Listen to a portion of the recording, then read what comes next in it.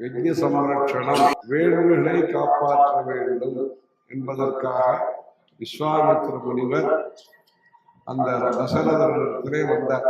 அவர் ராஜா தசரதர்.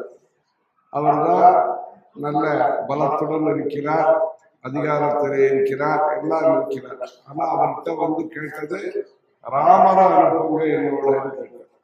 அஜாதம் எஞ்சன ஸ்ரீமான் என்பதாக அவர் ஒரு ரொம்ப இளைஞர்னு சொல்ல முடியாது, அப்படி இளைஞருக்கு ஒரு பாலகர் என்று வச்சு அந்த வயதிலே இருக்கக்கூடிய ராமரை என்னுடன் அனுப்பணும். எதுக்கு அனுப்பணும்? ஏதாவது திருவிழா நடக்கிறதா அல்லது ஏதாவது கொண்டாட்டங்கள் நடக்கிறதா, எதுக்கு கூப்பிடுறாரு?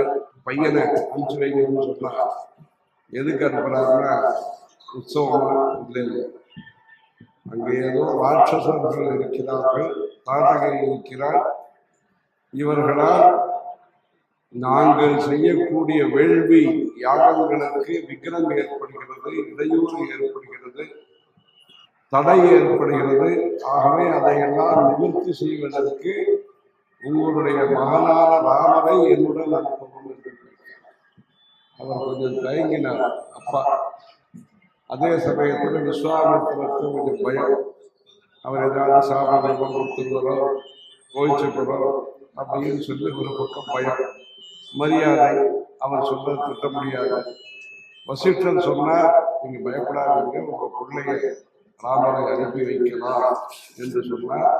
அதன் பிறகு தசரதனுடைய அனுமதியுடன் அந்த வனவாசத்திலே அந்த ராமருக்கு அழைத்து சென்று அந்த இடத்திலே அவரை நன்றாக அவரை கவனித்து படிப்புகளை எல்லாம் சொல்லிக் கொடுத்து அஸ்திர வித்தியைகளை சொல்லிக் கொடுத்தார்.